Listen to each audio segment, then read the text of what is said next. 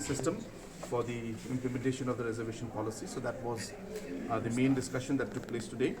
The second subject was regarding the approval for establishment of the Model Degree College at Patarkama, and also the approval for the creation of posts.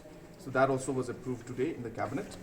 And the third subject that was approved today was the notification of the Meghalaya Human Immunodeficiency Virus and Acquired Immunodeficiency Syndrome Rules 2022.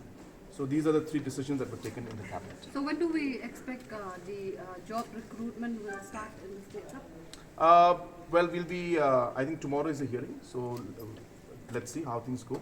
But as I said, the important part was to submit the roster or to clear the roster. So the cabinet has passed the roster system. So now we'll take things forward. And this was, as I said, a very heavy exercise. It required a lot of detailed discussion to be done. So we've done that and then we've cleared it, and now let's see now the process will move forward. So if you can tell us how will the government implement this roster system? You see, roster system is very simple. Roster system requires, as you're aware, that in a roster system there is the reservation policy comes in terms of the number. I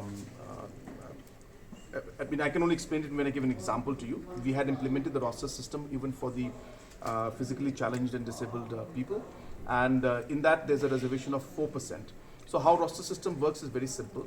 That only if any recruitment had 25 posts, would one post go to the physically challenged people.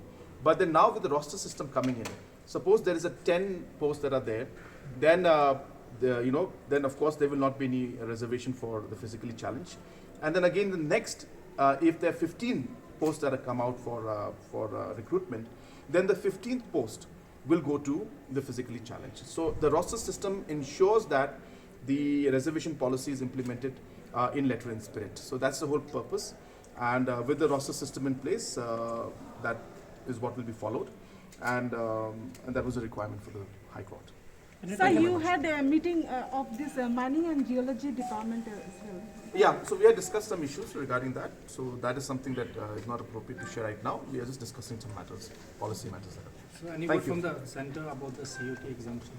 No, we have not received that in writing, because as I said that there are matters that are very vast in nature, in the sense that there are different universities and colleges throughout the country. So therefore, exact documentation and exact language may be a matter of concern for Government of India, I'm presuming. But as I said, and I've made it very clear, that the meeting with the Honourable Minister clarified the entire aspect to us, that any college and any students who are earlier, in fact, who would apply to any college that is affiliated to NEHU would have to give the exam. That is what the initial notification was. And once we clarified to the minister, saying that the different colleges which are affiliated because there is no other university to affiliate, the minister understood the problem and said that, well, in that case, only the colleges which fall under the academic program of NEHU will have to go through the CUET test, and other colleges which are affiliated and only for the sake of affiliation are there with NEHU, the students applying to those colleges will now no longer have to apply or give any kind of examination. So will not have to give the CUET examination.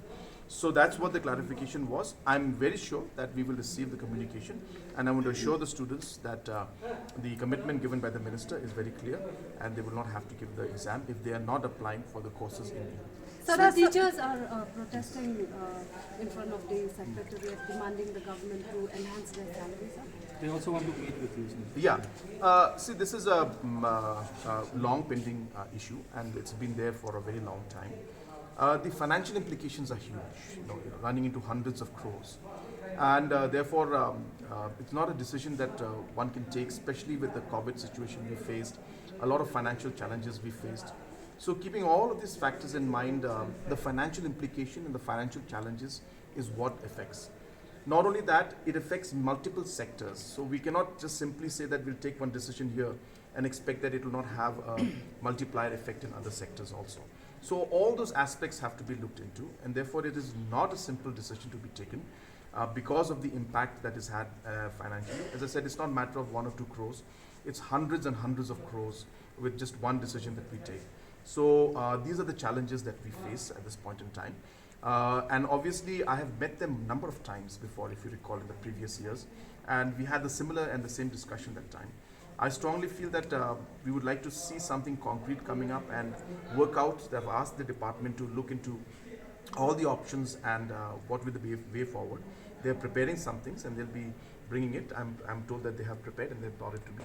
Once I have a meeting with all of the officials and see what the options are, call the finance department and discuss about the financials, see how we can move forward. I will be calling them for discussion and figuring out how to move forward. Sir, last